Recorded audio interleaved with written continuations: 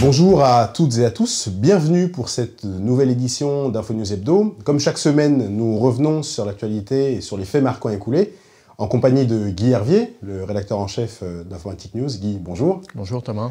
Alors Guy, nous allons commencer cette rétrospective d'abord par des nouvelles fonctionnalités. On va commencer par HP qui renforce sans surprise son offre HPE SimpliVity par de l'IA. Exactement, donc c'est HPE d'ailleurs, entre parenthèses. Effectivement, HPE avait racheté Nimble, donc une start-up dans le domaine du stockage, en mars 2017 pour un peu plus d'1 milliard de dollars. Et en fait, l'objectif pour HPE, c'était finalement c'est pas tellement le rachat de la ligne de stockage de Nimble, c'était plutôt une fonctionnalité qui s'appelait InfoSight, d'intelligence artificielle, dont l'objet était d'améliorer de manière significative tout ce qui est prédictabilité, si le terme est français, si vous me l'accordez. Et donc, évidemment, sur la gamme de produits de Nimble, InfoSight était utilisé, c'était relativement naturel. Et l'objectif pour HPE, c'était d'utiliser ce logiciel d'intelligence artificielle sur ses propres gammes de produits et de le décliner partout. Et donc c'est chose faite avec SimpliVity, qui est également une société qui a été rachetée par HPE dans le domaine de l'hyperconvergence. Donc là, HPE annonce l'utilisation d'InfoSight, donc d'intelligence artificielle, sur sa gamme SimpliVity, dont l'objectif reste le même, qui est d'améliorer la maintenance avec la possibilité de faire des meilleures prévisions sur... en gros, c'est plutôt que d'attendre que le système tombe en panne, c'est de prévoir quand il va tomber en panne et de prendre les bonnes mesures. Donc je dirais qu'il n'y a pas de surprise, mais c'est une amélioration significative dans la gamme de stockage, la gamme de systèmes d'HPE. D'accord.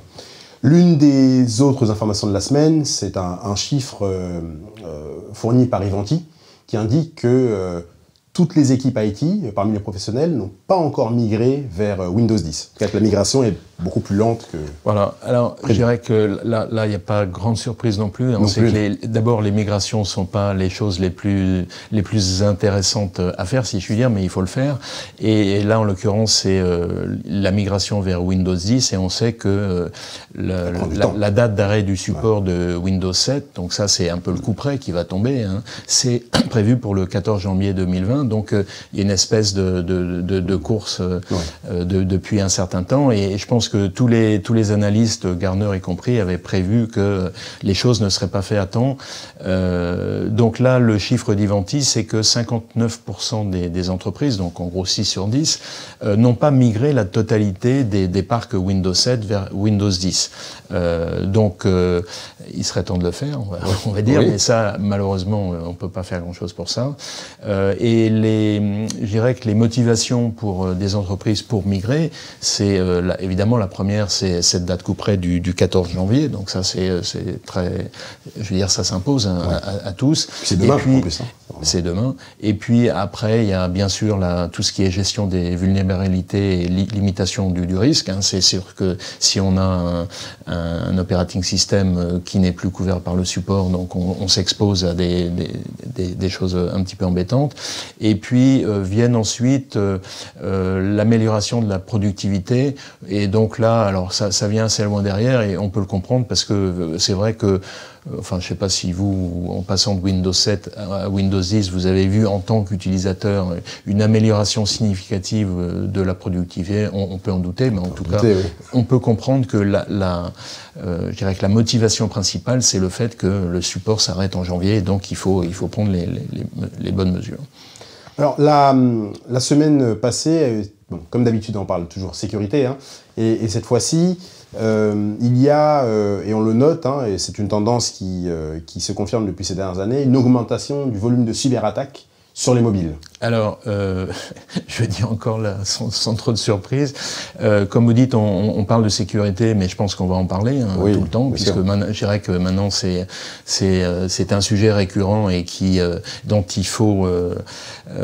auquel il faut s'habituer. Donc là, l'idée, c'est un chiffre qui est assez impressionnant, puisque on a une hausse de 190%. Donc, vous voyez que c'est quelque chose de très conséquent. C'est pas surprenant dans le sens sens où finalement les mobiles faisant partie de la vie quotidienne à la fois personnelle et professionnelle, il est clair que, et puis en plus en nombre, les postes de travail sont dans un rapport quasiment de 1, quand on regarde les chiffres de vente, c'est dans un rapport de 1 à 6 par rapport au mobile. Donc il est clair que le parc de mobile étant nettement plus important que le parc des postes de travail, il est clair que les hackers s'intéressent beaucoup plus au mobile, puisque évidemment la rentabilité, si je peux dire, de leur travail est améliorée. Alors maintenant, quels sont dans le domaine du mobile, quelles sont les attaques qui sont les plus fréquentes? Donc c'est encore le phishing qui vient largement en tête, près de 40%. Et derrière, c'est un autre. Alors puisque là on est toujours, le mobile, ça peut être un outil à la fois personnel, professionnel. Parfois les gens ont deux mobiles. La frontière est bien claire.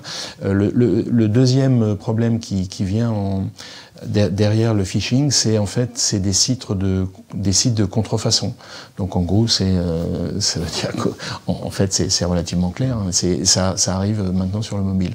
Donc je dirais que c'est une tendance qui vraisemblablement va se poursuivre et peut-être même s'accélérer. Donc il va falloir que les entreprises de plus en plus intègrent, pour celles qui ne l'ont pas encore fait, intègrent les mobiles dans leur parc de mobiles avec des suites de MDM pour suivre ça de manière beaucoup plus précise, et évidemment d'intégrer la dimension sécurité de manière beaucoup plus précise et beaucoup plus rapprochée.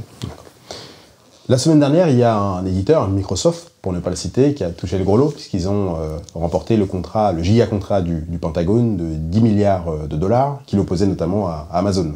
Alors là, pour le coup, c'est un peu la grosse surprise. Donc c'est alors on parle souvent de contrat du siècle, mais enfin là c'est quand même un contrat important, puisque comme vous le dites, c'est 10 milliards de dollars sur 10 ans, donc c'est quand même pas négligeable. Et donc évidemment tous les grands. Alors c'est un contrat de quoi? C'est en gros le département de la défense, donc le Pentagone, qui veut migrer un certain nombre d'applications sur le cloud, et donc tous les grands acteurs du cloud évidemment étaient présents. Ça a été un combat, si je puis dire, assez féroce, puisqu'on est dans le domaine de la défense. Et puis, au fur et à mesure, donc, il y a des acteurs qui sont soit qui ont quitté, soit qui, en gros, on leur a fait comprendre que finalement, c'était pas la peine qu'ils continuent. Oracle n'était pas très satisfait, d'ailleurs, puisqu'elle avait commencé à engager des poursuites. Au final, il y avait deux acteurs qui étaient présents, AWS, donc Amazon, et puis Microsoft. Et il était question un temps de finalement organiser le contrat avec deux acteurs, et finalement c'est Microsoft qui a remporté la mise.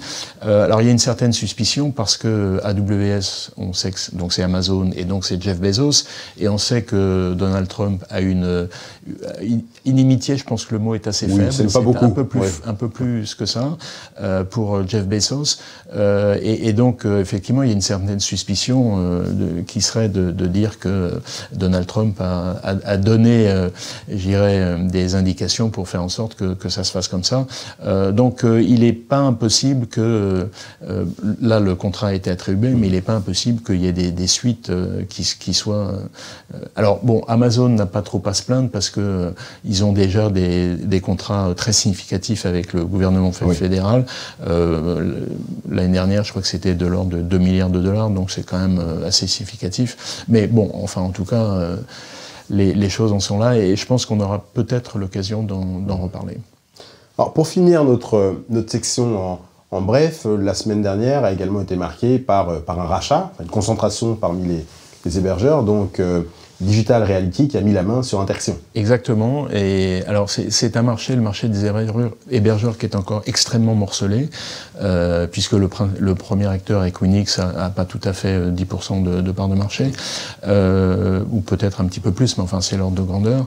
Donc là c'est finalement Digital Realty qui est le numéro 2, qui met la main sur Interxion, et ça fait sens parce que Interxion est un acteur qui est très présent en Europe, ce qui est beaucoup moins le cas de Digital Realty, donc je dirais que la société l'association des deux est très complémentaire. Et puis aussi complémentarité en termes de vente de retail et vente de gros.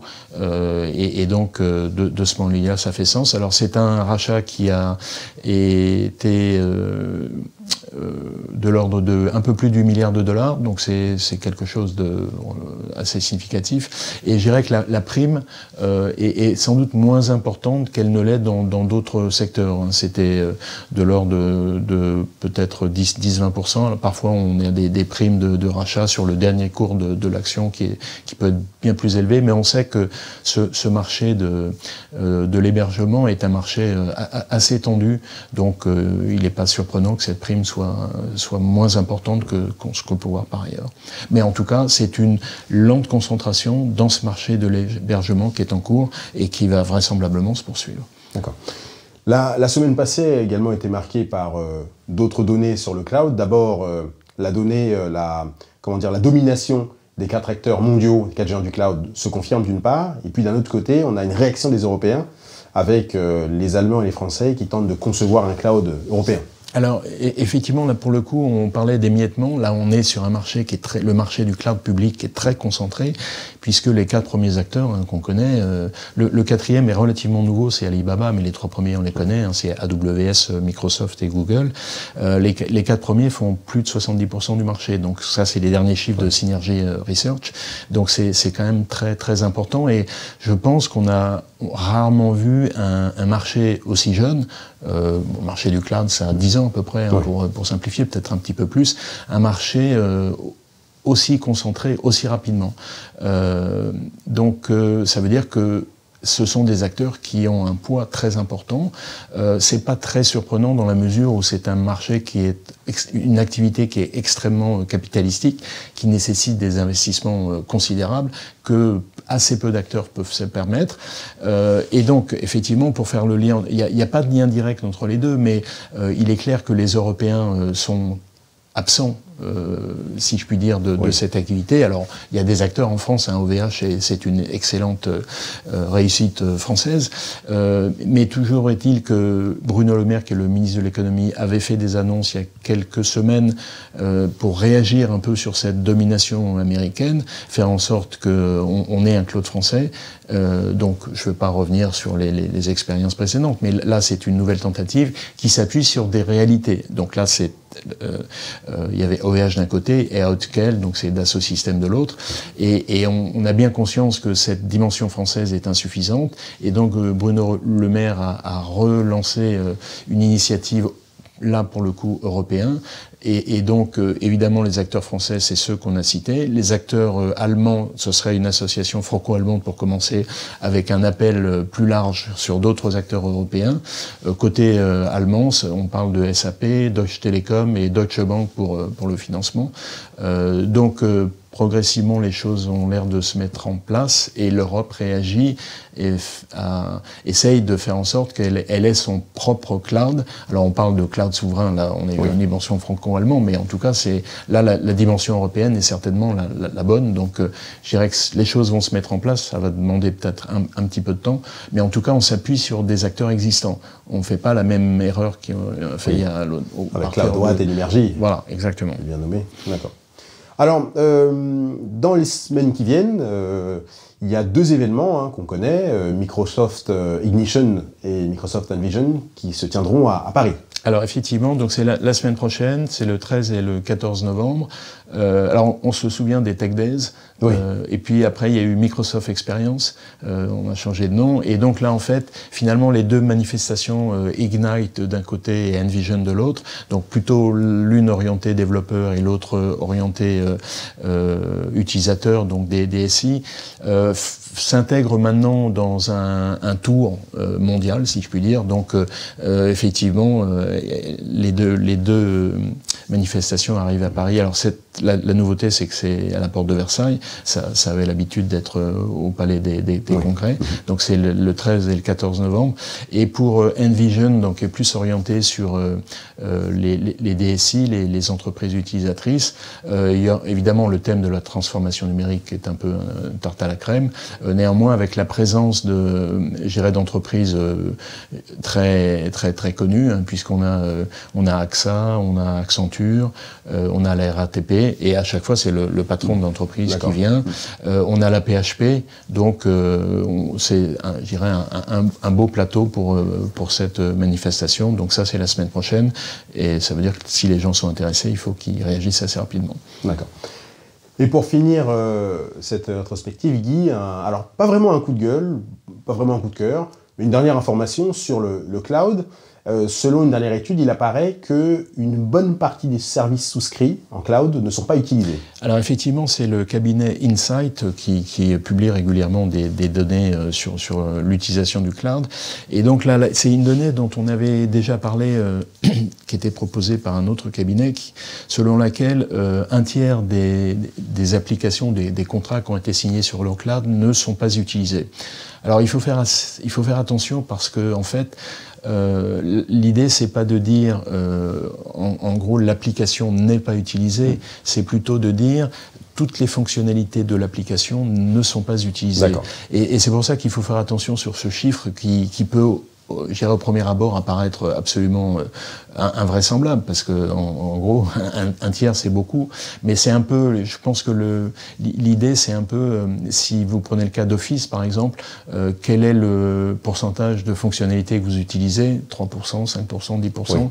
Donc ça veut dire que vous payez pour tout le reste, et en fait je pense qu'il ne faut pas raisonner comme ça. Il faut dire que finalement, chacun utilise un noyau dur de l'application, écrire un texte, et puis après, chacun utilise la fonctionnalité qui l'intéresse lui personnellement. Donc, faut prendre ce chiffre avec quand même pas mal de précautions, mais il n'est pas inutile de regarder précisément ce qui se passe, parce que on sait par exemple dans les data centers, on appelle ça les serveurs zombies, c'est-à-dire les serveurs qui ne sont pas utilisés, et là pour le coup de l'ordre du tiers, on a du mal à suivre. Donc bon, il faut être vigilant, mais il faut prendre le chiffre avec des précautions. Très bien, merci Guy pour cette rétrospective. Je vous souhaite une excellente journée et une bonne semaine. Merci à vous.